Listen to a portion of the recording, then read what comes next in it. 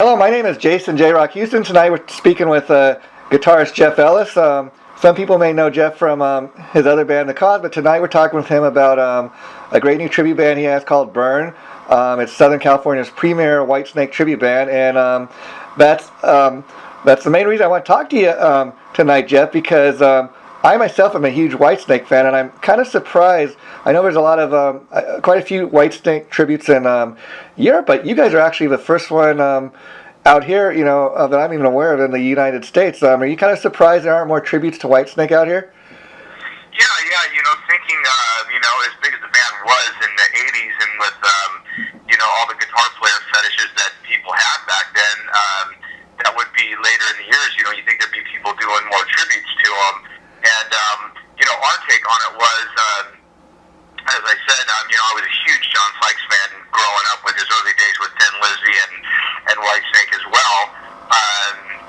Sad to see him part from David Coverdale when they did. We kind of geared the Burn tribute to be more along the lines of that era, of that John Sykes era / one lead guitar player, and we just had auditions and recently hired a keyboard player that joined the band who also plays rhythm guitar, so we can play the old stuff as well as the new stuff, so it really works out well.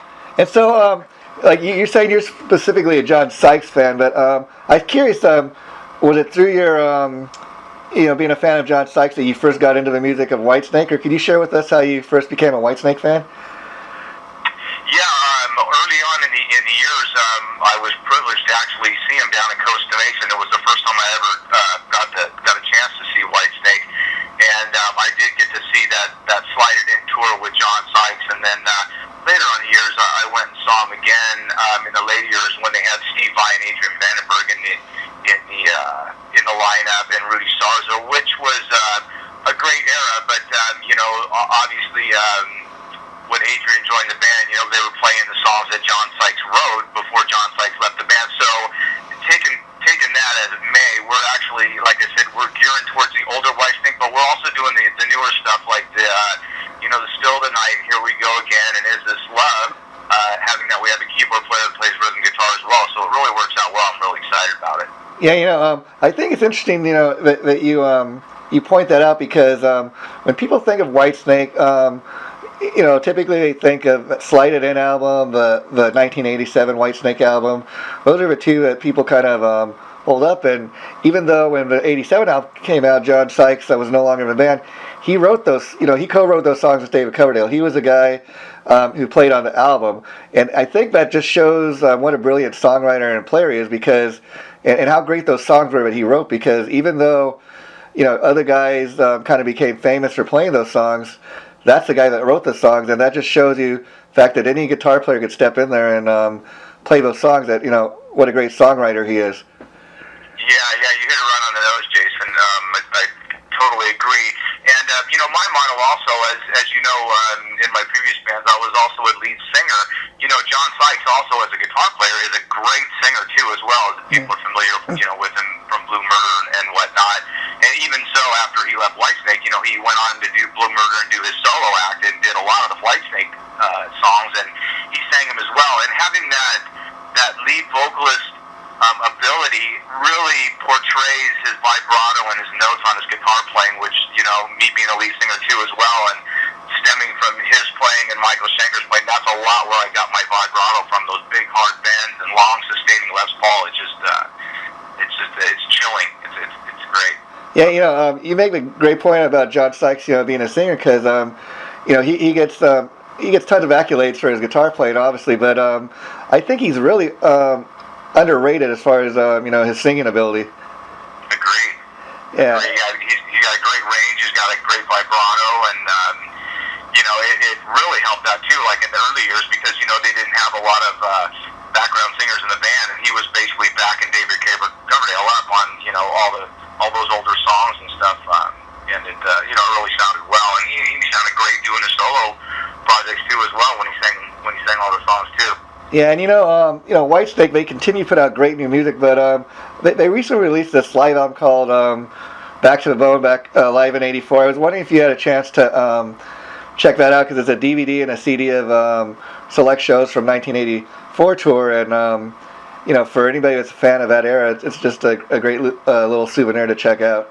Oh yeah, great CD, and some of that and a lot of that era of 83, 84 when they were touring Japan and whatnot and doing those shows. I mean, that's really kind of the look and kind of the style that we were going after. And meeting Dave, who is now the singer for Burn and stuff, who's a huge Coverdale fan. He's got the Coverdale look. He's got the Coverdale voice. And with me being the lead singer too as well, we got all the background vocals. My singer's a great. My keyboard player is a great vocalist as well as my bass player. So we've got 4 people that can really sing in the band. So doing 2 and 3 part harmonies behind Dave is going to be really exciting. Yeah, it's kind of interesting because I myself became a Whitesnake fan like you through the Slide It In album in 1984, and I've been a fan ever since. And of course, before that, I was a Deep Purple fan, but I knew nothing about to becoming a Whitesnake fan. I knew nothing about Coverdale being in Deep Purple, and I kind of got introduced to his Purple albums through becoming a Whitesnake fan. I was curious, being that you guys are called Burn, I assume you've thrown some of those Deep Purple era, Coverdale era songs.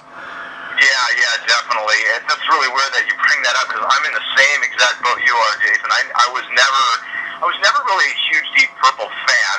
I remember as a kid hearing Smoke on the Water on the radio and running down to the local store to buy that 45, not knowing that later on, that David Coverdale would come into the band and do Burn and some of those songs as well, which brought me back to Deep Purple in my later years to respect what he did, and as well as Glenn Hughes and everybody else in the band. But it really hit me hard when David Coverdale went and started Whitesnake and did the early songs with Bernie Markson, and then John Sykes taking over as well after that. And even the newer stuff, I'm still a huge fan. Even the newer stuff that they did with Doug Aldrich and whatnot, and we'll probably end up doing maybe a couple of songs off that era too as well. Yeah, and it's kind of interesting because, like I said, for Deep Purple fans, Ian Gillan's an iconic guy. He's a singer on most of the hits, but that Burn album to me, that's my favorite Whitesnake album. And I just love the vocal sound when you get David Coverdale and Glenn Hughes together. Oh yeah, it's phenomenal.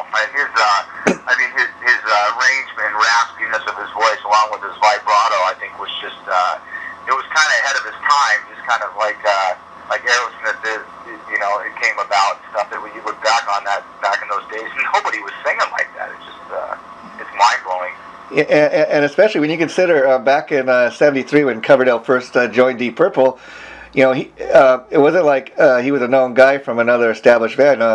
I heard that they wanted to get Paul Rodgers. This is a guy that was virtually unknown and thrown into the major leagues, so to speak. But I think he really did a phenomenal job fronting Purple. I mean, and I got to ask you, is that part of the reason you chose to name the album or the band Burn? Because was it that album that introduced you to David Coverdale? Well, not necessarily. I think I got more turned on to it later in the years. But obviously the song is huge, and having it being performed now, with Doug Aldrich and the band he was touring with before the last couple of years, and having the keyboard players, mimic that solo that obviously John Lord did back in the day. It's just kind of a new resurgence, and obviously with Coverdale being the front man that he is, he was kind of like the David Lee Roth of Van Halen. I mean, what a great front man and great presence, and really knows how to talk to a crowd and stuff like that. I think that's what probably got my attention as more so than the earlier days and the younger years, because I was just a kid just starting to play guitar when all that stuff got popular with Deep Purple, so I wasn't really huge into Ritchie Blackmore or anything like that. But later on down the line, stuff in the years gone by, I got more and more into it. So yeah, we're definitely gonna pick a few songs, and obviously we'll do Burn and stuff. But I don't know how extensive we'll get into doing the full length of the song, but we'll definitely do a portion of it with guitar solos and some of the keyboard solos too as well. Yeah, the great thing about doing Whitesnake is, there's if you go back and you listen to the stuff, the very first couple albums they put out, even the stuff back then you could hear the talent in the band. You could hear what a phenomenal vocalist he was and songwriter. the very first Whitesnake was actually like a David Coverdale solo album called Whitesnake, I think. And there's a song on there called Give Me Kindness. And I was reading the liner notes, and actually it's got Ronnie James Dio and his wife Wendy singing back. I mean, they just got so many great songs. I think that's the great thing about doing a Whitesnake tribute is you can, well, everybody's heard, Slide It In and Here I Go Again, a million times. There are great songs like that you can introduce the audience to that maybe are not as well known. Yeah, absolutely, and we definitely plan on doing that too as well, because like you said, those songs were so well written, and especially after Bernie Martin put his mark on it, which great guitar player too as well, and then John Sykes took those songs and then put his guitar sound into it, his vibrato. It made him come alive. So yeah, we plan on doing the same thing, doing some of that older stuff and bringing it up to what it is now with our sound. So looking forward to it. It's gonna be a total blast. Can't wait. And Jeff, one of the reasons I started doing these interviews with guys like you that are in the tribute bands is because I've seen a lot of these. I've been to a lot of great tribute shows, and there's a wide portion of people out there have huge misconception that, guys that play in tribute bands or film musicians, they couldn't make it doing their own thing. And I know in a lot of cases, a lot of the bands I've seen, that's simply not the case. I mean, my experience has been all the hard work and the dedication that goes into putting on a successful tribute band. So my next question is, with a guy like you that has a great band, original band like The Cause, why go around with a tribute band when you such a great a guitar player and songwriter in your own right? Well, I think it's funny that you say that too, because it was a few years back, when we were playing out and playing the Rocklahoma festivals and stuff and doing more of the original thing, and watching these tribute bands come about. And, I wasn't so opposed to it. I think the thing that bothered me the most is, is all these tribute bands doing bands that are currently touring, that are out there playing already and stuff. And I just thought that was kind of weird.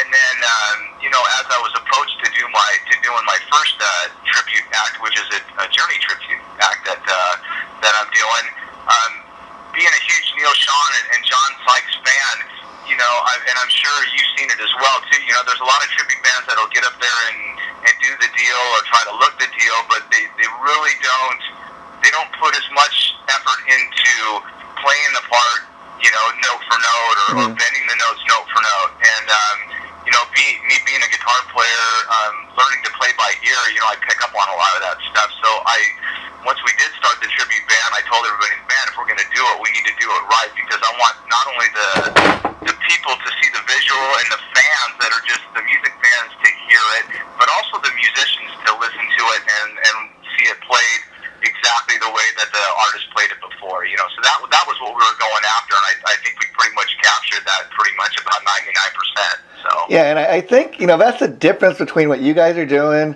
and say a cover band. To me, a cover band is just a bunch of guys getting up on stage, and it takes a certain. You're talking to guys not a musician, also that takes a certain level of talent right there to be able to get up on stage and play other people's music. But at the same time, the difference from me and between a tribute and a cover band is a cover band is, maybe a group of guys or whatever get up on stage, not necessarily like in your case playing all Whitesnake or all Tom Petty or whatever, but a bunch of tunes from different artists, that maybe influenced you.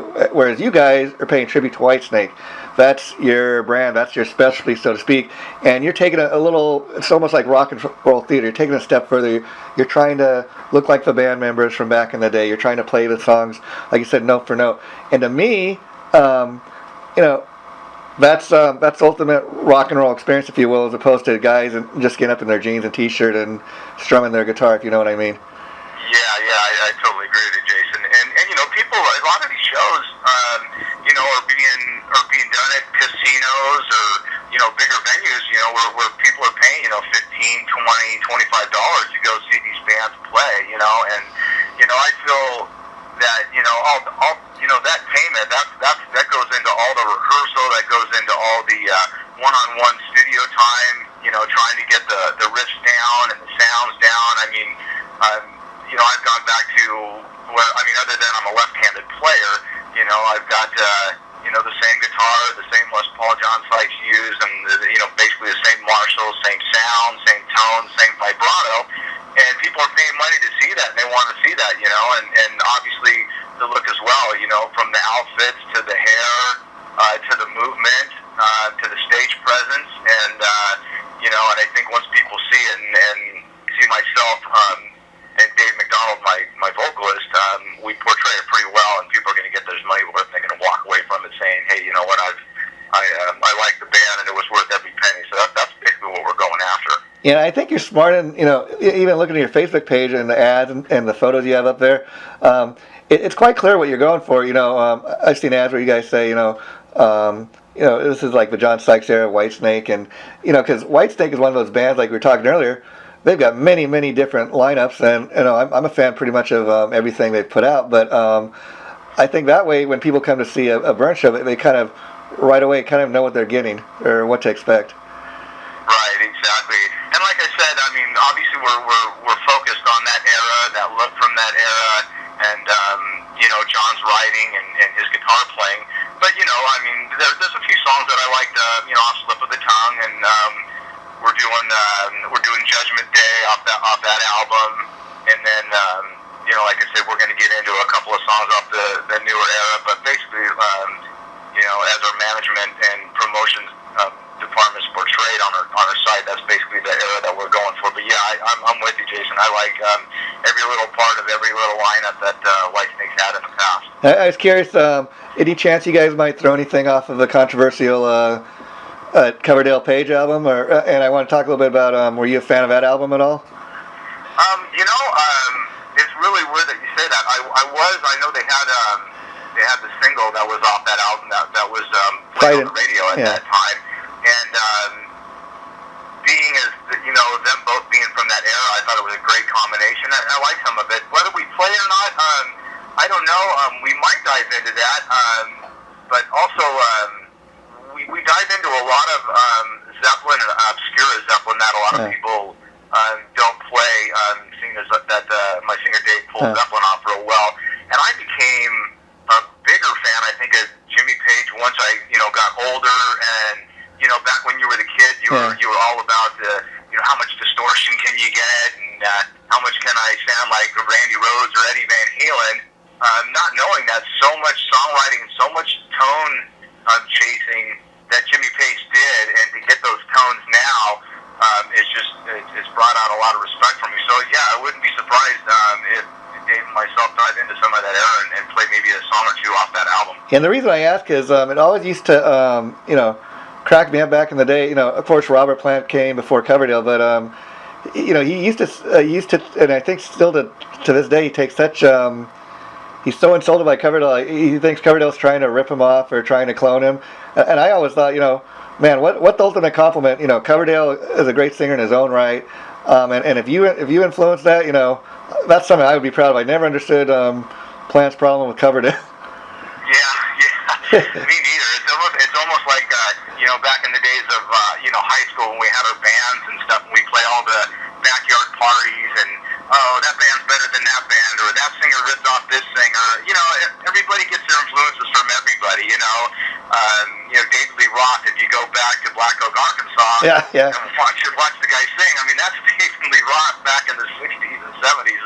I mean, to the T. So yeah, I think everybody gets their influences and then puts their own spin on it. Yeah. And like I agree with you. Like you said, it should be complementary to that of Robert Plant, which David Coverdale pulled some of his style and his vocals from. They're both great singers and both great front man, no doubt. Yeah, and let me ask you, in your decision to put this band Burn together, the one thing that when I contacted you, one thing that I took notice of right away, like I was saying, is there's thousands of AC/DC tributes, there's thousands of Led Zeppelin tributes all around the world, but there's not that many, especially out in this LA area. There's not, I can't think of a single Whitesnake tribute, so I think that is very smart on your part.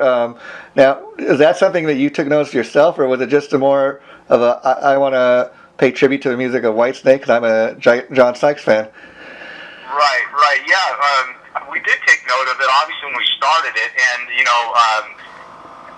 having Dave come on board with the cause and us doing we do like 3 or 4 Whitesnake songs, and he's got the charisma, the look, the sound of David Coverdale, and basically, our manager and promotion company that's headed by my wife, Conchetta, she brought it to our attention and said, hey, if you guys form this thing, there's not a whole lot of Whitesnake tribute bands out there, even nationally or internationally, and we could probably go pretty far with this. Not that, the audience is as big as what it would be, for, an Iron Maiden tribute band or an AC/DC or Journey or whatever, but to have that niche and build that fan base, I think with our style, the talent in the band, and the look that we're going to have, I think it's going to be really successful. I really do. Yeah, the cool thing about doing Whitesnake is, you were mentioning earlier about one problem you had with tribute bands is people doing bands that are kind of still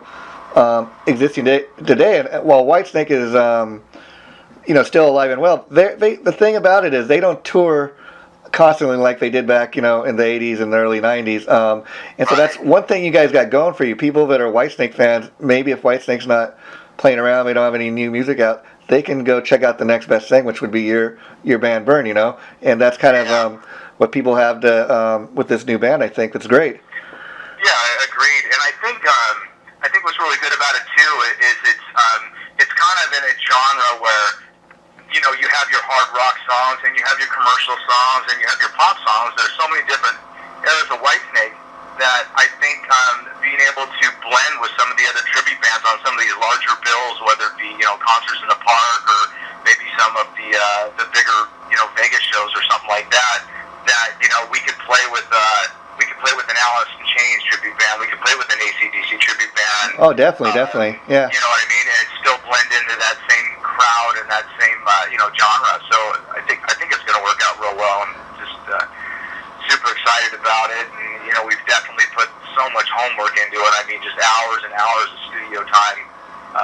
Learning the parts and guitar parts, vocal parts, and everything to a T. And like I said, the core band that's in the band is my core band for the cause as well in my journey. So we're just a total, like a moving train type unit. So it's not going to take long to get off the ground. Like I said, we've got a couple gigs already scheduled up. We're making our debut, and we're getting super excited about it. And I know you have a show coming up in Long Beach. I was curious, are you guys going to be headlining? Are you opening for anybody, or who have other bands on the bill with you? Yeah, we are playing. We're headlining a big birthday bash for a big promoter that works down in Orange County in LA at the JROCK PCH Club down in Long Beach, and that's on the 31st of this month. And yes, we are headlining that deal. And I think I think they've got a Dawkins tribute band on the bill, and I think they're looking in to get maybe another tribute band or possibly a cover band to warm up the show and open the show up. But yeah, we're headlining that. That's going to be like our big debut show. Wow. So hope everybody comes to check that out now. So when did you first actually get this Burn band together? Like you said, it's actually the cause that you guys are just doing Whitesnake for this, but how long have you guys been practicing at this, or in rehearsal? Well, I think as of today's date, I would say I'd go back about probably three or 4 months when Dave and I first started talking about doing it. And with the cause being so busy, playing all over the place, and then we were kicking off the Journeys tribute that was off and running. We were putting a lot of time into that. But Dave and myself were both putting our time in the studio, learning our parts on the side. So I would say probably about 3 months ago, and just as about 3 weeks ago, we started our core band rehearsals, getting the songs down, picking the song list out, and actually going over the songs. And then, like I said, we just brought on a gentleman to play keyboard and rhythm guitar about 2 weeks ago. So we've had a couple rehearsals with him. We're probably going to put, I'm guessing, probably about 3 more rehearsals in before our show, but we'll be geared up and we were ready to go with probably a 10 or 11 song set. I think it's great that you guys added a keyboard player, because that's one thing I really always loved about Whitesnake, and bands like Guns N' Roses and stuff like that. But you always hear people say that, keyboards and rock music suck at that. But I think, like, in a band like Whitesnake especially, it just gives it a greater, bigger sound, and I'm all for that. Yeah, and we talked about that a lot, Jason, right from the get-go on how we wanted to structure the band. And, people are going, are you going to have two guitar players and a keyboard player? Or are you going to, what are you aiming at doing? And, being as the band is a core band already, as a three-piece, we're so tight that way, to bring in a guitar player and not have those keyboards would be kind of a letdown, and we'd be limited. And then to bring in a keyboard player that doesn't play guitar, be kind of limited there too as well. So we kind of got the best of both worlds. We kind of thought, well, we're going to go after this mid-'80s, version of Whitesnake and play all those hits where they had a keyboard player on the side and Johnson and Sykes as the lone guitar player. But then again, having the rhythm guitar player, now we can play stuff on a flip of the tongue. Yeah. And, like the harder songs that are all guitar, like Bad Boys and stuff like that, we got the other guitar player to do that too as well. So we're really hitting it from both ends, and it's really going to expand with the variety of songs that we'll be able to play. And let me ask you, when you first went in rehearsal for this band, being a John Sykes fan, Whitesnake fan, did you know these songs, how to play them already? Was it a little harder to learn them than what you thought originally? Kind of yes and no. I guess, as being a Sykes fan before, I always knew how to play all the older hits like Slide It In and stuff like that. And, as you know, a lot of those songs when they were recorded, Bernie played a lot of the solos and all the guitar work on there. So the solos were kind of, I would say they're probably a little bit more melodic than what John plays. Yeah. And then John took them into his own and kind of made them his own. And then once I got into like the Crying in the Rain and Bad Boys and stuff like that, you start learning. Obviously, I know John's vibrato and all his bends and everything, but then you get into his scales, and most of them are chromatic scales and pretty basic. But the way he goes back and forth between his scales was definitely something to learn, which was a little bit different than my style. But once I was able to take hold of that, as I said, more respect went to him for what he does, and I was able to pick up the beats and the notes pretty much right off the bat. And let me ask you, like when you do these Burn shows, of course you're paying tribute to John Sykes and Whitesnake, but do you ever try to throw a Jeff Ellis influence in there, if you know what I mean, as far as trying to throw your own little style in there when you're playing these songs? Yeah, definitely. Like I said, I mean, for the most part, like on the Here I Go Again and the Is This Love and all that stuff, you have those signature solos and stuff that John does. But there are a few parts where I'm going to take it into my own and break it up a little bit, put my own spin off on it. But as you know, my playing is pretty similar to John Sykes anyway, so even bringing my own spin to it is not a whole lot different than what he would do live, as opposed to his studio work. Yeah, and I got to ask you, being the huge Whitesnake fan I am, they originally, they had a song "Crying in the Rain" and "Here I Go Again," which became, especially "Here I Go Again" became a massive hit off the '87 album. But for people who don't know, years before, David Coverdale had done an earlier version of both those songs.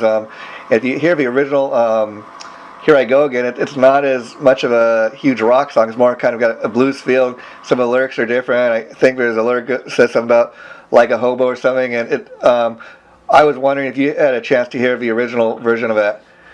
No, it was weird that you bring that up. When I was actually going through some of the older songs and bringing them up, I was actually going through the lyrics just to make sure that we had all the lyrics correct. And I did bring that song up, and I thought to myself, where does that hobo come from? I never heard that version. Yeah. So even yet to this day, I haven't heard that older version. I've heard the older versions of like "Fool for Your Lovin'," and "Slow and Easy," even the older versions of that and stuff too. So we're going to kind of take that spin on it, but then obviously bring the newer influence and obviously guitar tone and stuff into the newer versions that they played before. Yeah, if you just wanted to check anything like the original version of "Here I Go Again," and I think the original version of "Crying in the Rain" is on the same album. It was from their 1982, I think, Saints and Sinners EP. You could probably check that out on YouTube or something. It just, I think it'd be fun for you to listen just to the huge difference in the two songs, Yeah, I'm definitely going to check that out. And there's also, if you remember back in the day, like in the 80s, when, "Here I Go Again" was popular, I don't know if you remember, but they used to play that song song on like the mellow rock stations too. They play it on, I think it was K Big or something like that. They played on one of those stations, and they actually had like a keyboard version of it where it was a little bit more. The tempo was a little bit different. It was a little bit more commercial and stuff. And we're going to kind of take parts of those songs and throw it in too as well, so it kind of differs it up, just to see people's faces, because people that remember that will remember that, and then people that don't remember that, they'll go, oh, well, that's kind of a different spin on. I kind of like that. So it's gonna be kind of interesting. How hard has it been coming up with the set list? Because of course, like we're talking, you got to play Still the Night and Here I Go Again and Is This Love and all those hits that people expect to hear. But is it hard to come up with like a set list, that everybody's happy with as far as the guys in the band? Yeah, I think for the most part, Dave and myself are pretty much on the same page. Our rock flavor and influences are pretty much the same. So coming up with a bass core of like 10 songs, we took some of the stuff, like the older stuff, like Fool for Your Lovin', and we're going to play like the updated version of that Steve Vai did, and I'm doing the Stratocaster and doing the Steve Vai solo on that, and then we're doing the older stuff like Love Ain't No Stranger. We're obviously doing Bad Boys, which is, probably going to end up being possibly maybe an opener for the set, just because it's in-your-face, kick-ass song. And then, obviously throw in, Is This Love and Here I Go Again, Still the Night. And then we'll obviously do a really kind of older version, beginning to Slow and Easy, which is like off the Live in the Shadows album. We start Slow and Easy out that way, so it's kind of unexpected. And then, of course, Crying in the Rain, and then our version of Burn as well. Yeah, I got to ask, being a Whitesnake fan, Jeff, what do you think about their latest addition, Joel Holskra, the guitar player coming from Night Ranger? Well, to tell you the truth, I met Joel. First time I met Joel, I think, was in 2000. I want to say it was either 8 or 9. It was when we did the Rocklahoma Festival back in Oklahoma. He happened to be on the plane with us. We were flying out there, and he was sitting in the back, and he had his guitar. And I went back and talked to him, said, hey, how you doing? My name's Jeff. I'm with the Cause. We're going out to Oklahoma to play this festival. And he's all, yeah, I'm going out to the same festival. I'm all, really? That's awesome. I said, who are you playing with? And he said, Night Ranger. And right off the bat, I'm like, oh, God, here's the new Jeff Watson. And that was the first time I got to hear him play. And obviously I was blown away. The guy's a phenomenal guitar player. And then I was playing with a big church in San Dimas, and we did a Christmas show where we did the rock opera songs. And, Joel was in that Siberian Orchestra. And okay. I don't know if you've seen some of the stuff he did with that, but that was phenomenal, too. So, you know what? I think he's a great addition to the band. I mean, I love Doug's playing, too, as well, and I know Doug's up in Vegas doing the rock ball thing, and then he's doing his solo stuff, too, as well. But I think he's going to be a great addition. He's got a great player, great guy, and got a great tone, got a great vibrato, so I think he'll fit the part real well. Yeah, it just amazes me. Coverdale's always had just such a knack for picking, great guitar players. I mean, I don't think one guy that's gone through that band you can say anything bad about. No, not at all. They're all great players. I'm just bummed out that I didn't get my calling. Yeah. Now, on that note, you're a very busy guy, obviously, Jeff, between all three bands.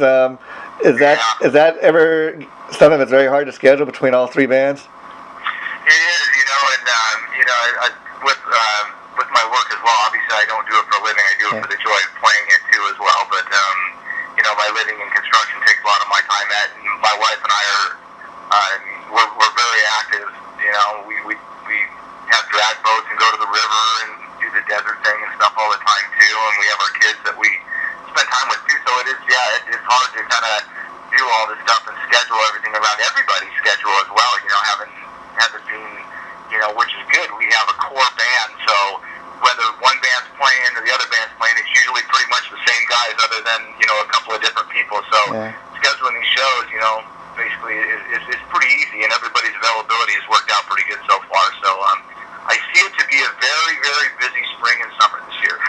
And I got to ask you, because me, myself, like I said, when you guys first put up your Facebook page, I happened to be on Facebook that night, and I seen the ad for Burn. I went and checked out the page. I thought, wow, how cool is this? A Whitesnake tribute band. On that note, I got to ask you, what has been the response you've gotten since putting up the Facebook page?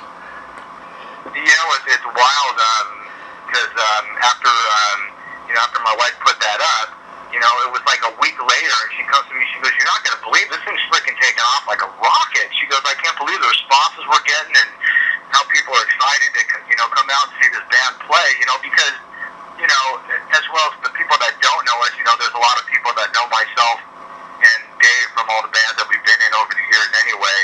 So once we got the word out, people were all coming up to me at the cause gigs and saying, "Hey, God, we can't wait for this Whitesnake thing. When's it coming out?" And then, once Kisha to put the Facebook page up and stuff, the response has been phenomenal. And I can't wait to get a couple of shows under our belt so people can see it visually and hear it live and be able to put the live face to the face on Facebook and say, "Oh yeah, I've seen these guys and they're the real deal." So yeah, because one thing I hope that works out for you is the fact not just that people come to see the Burn shows, that people come out and they'll see you playing with Burn and they'll find out you're in the Journey tribute and, oh, that's a guitar player from the Cause, and they'll go check out all three bands, and maybe that'll help the Cause get a little more of a bigger profile. That's kind of what I hope the way this works out for you.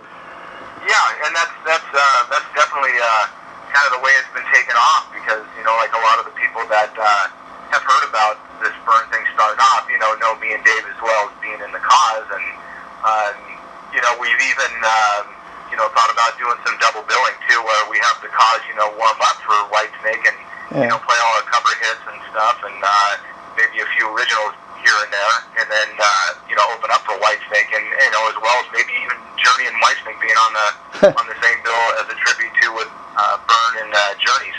So that'd be the ultimate that'd be the ultimate rock show for you. I mean, is that something you think take a lot of energy, I would imagine, huh?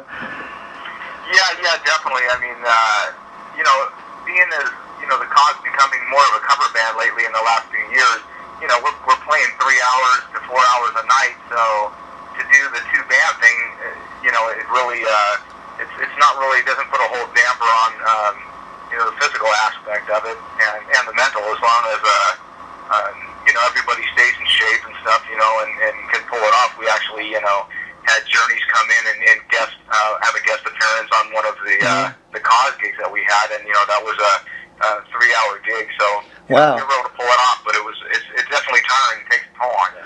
And let me ask you, Jeff, because I had a chance to like I said, I interviewed you for Cadillac Risk Magazine a couple of years back for talking about the Cause and about the last album you had out, which was a really great phenomenal album. I thought really you guys have an original sound going for you. And so I got to ask, is you guys becoming more of a cover band just a matter of kind of a music industry and the fact that a lot of people aren't buying as much new music these days? Well, I think not really, not necessarily, because like I said, I put that album together just to have my originals down on a CD, to give to my friends, and then it just ended up taking off, with the internet and everything else, and my wife started managing the band, and then she started promoting the CD, and then all of a sudden we got 3 calls from 3 different record companies wanting to do a distribution deal. So once that took place, and we played a couple of the festivals, and we were opening up for all the big hair bands that came to town. The only thing that I think drove me to doing the cover thing is the whole pay to play thing and selling the tickets. It's such a great rush to play in front of that many people and to do those shows, but they're so far and in between, and when you do them, you only get to play for 35 minutes, as to where, when we do the cover gigs, we play a few of the originals, and we get to play and hang out with our friends for 3 or 4 hours. So it's just, I think it's more self-gratifying to do that rather than just to get up on stage and play for 30 minutes and hurry up and get your stuff off, the stage, and you're standing on the street on Sunset Boulevard in front of the whiskey, in sweat and cold, and then pushing your equipment up the hill to put it in the car and then going home after playing for 30 minutes. So I think that's what drove it the most. I can understand that, but at the same time, for the diehard Jeff Ellis fans out there, any chance we might get a new album worth of original Cause music?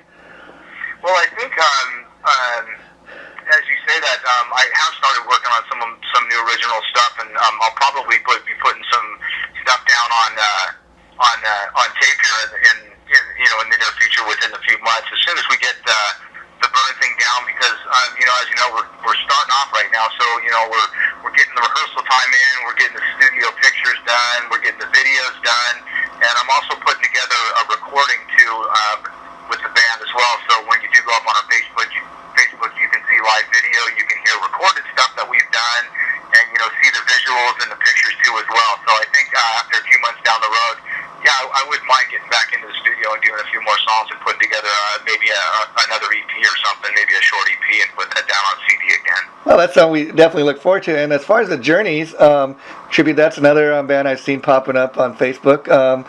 Have you had that going a little longer than Burn, or did they kind of form about the same time? Well, that one's been going on a little bit longer.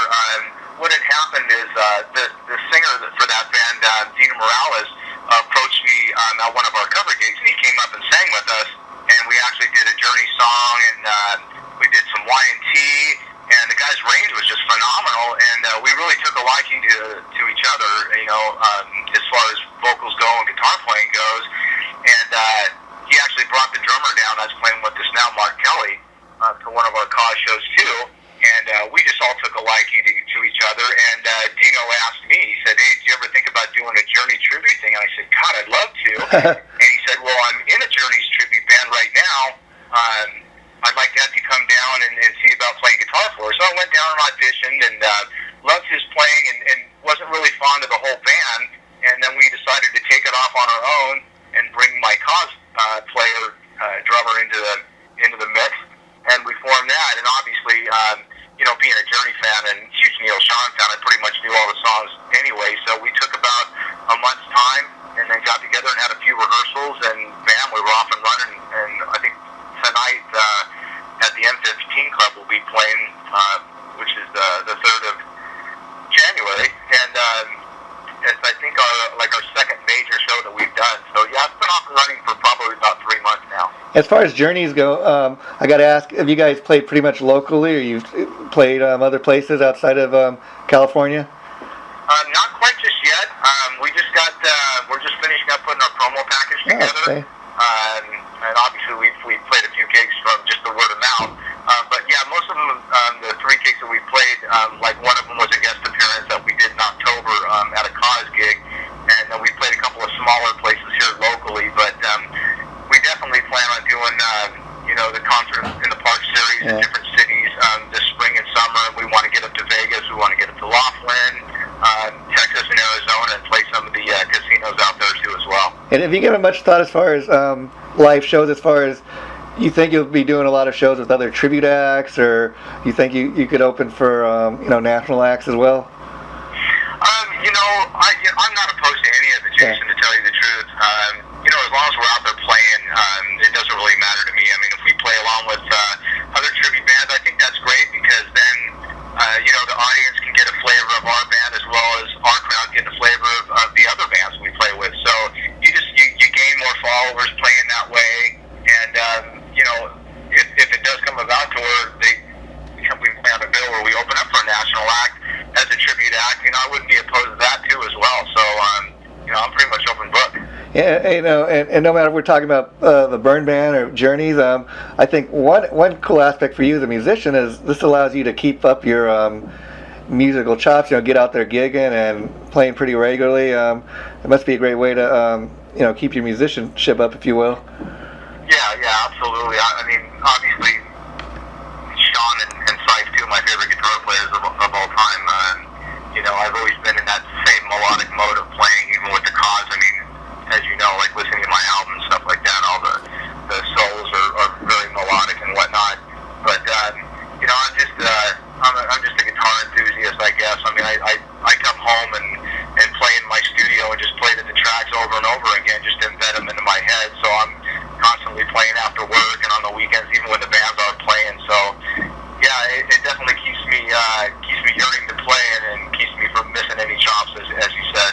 And kind of gets you in your rock star mode. I mean, answer this for me, Jeff. Would you say there's more pressure or less pressure, like when you're playing with Burn and you're paying tribute to John Sykes, you can kind of get up there and I've heard these songs a million times on the radio, and there's not as much pressure as where, like, when you're doing the cause and it's your own original music, you're worried about playing the songs note for note. Is there any added pressure here?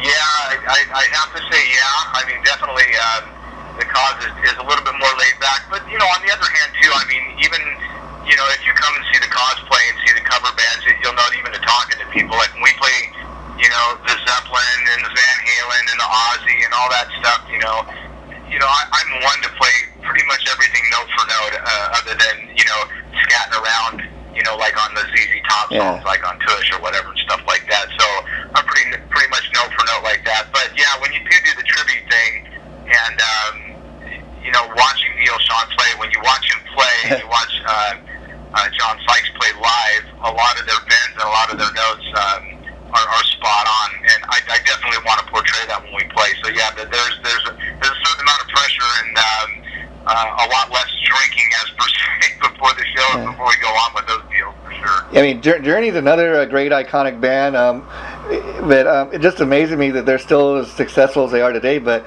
it goes to show, because they've been successful even without the original singer Steve Perry, and Neil Schon, he's the guy again that wrote a lot of those hits. So that just shows you, if you got the right guy writing the songs, anybody could pretty much step in and take over, which I think just, again, as far as Neil Schon, that shows you what a gifted player and songwriter he is.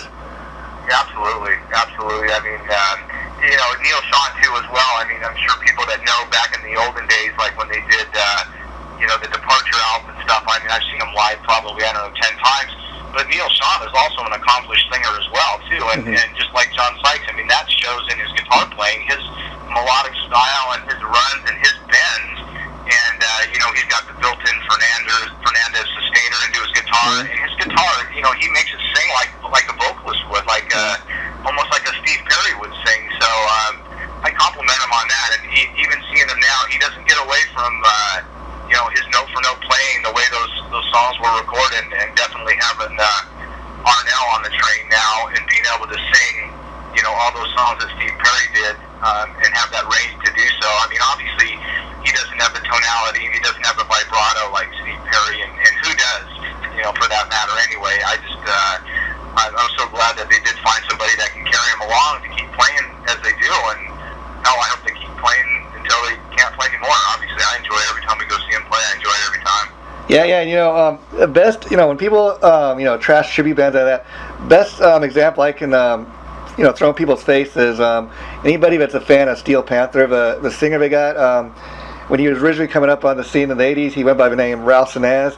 He was briefly, he got his start in the Atomic Punks, which is a premier Van Halen tribute out here in LA, and he for a brief while, he was in Tracy Gunn's band, LA Guns, and the funny thing about it is, he was making more money doing the tribute thing than when he was in LA Guns, so he'd actually left LA Guns to go back to the Atomic Punks for a while, and now he's had his huge success with Steel Panther, which is kind of a, it's kind of a farce of a tribute band, but they've got their own original thing going, kind of a tribute to the 80s, if you will. He now goes by the name of Michael Starr, but that's another guy that got his start doing the tribute thing. Right. Yeah. Right, yeah, we, back in the day, when actually the Cause was doing the original, then we actually played with those guys, and I gotta say, they were one of the first tribute bands that I got to see that really nailed it. I mean, obviously, Russ is a huge, accomplished guitar player. I mean, the guy's phenomenal, and to take, Ralph's talent as a vocalist and frontman, and to put that into a parody, and, make all that money, man, more power to him. I think it's great. I think obviously the Steel Panther thing has been very successful, and I thought it was a great idea and great timing.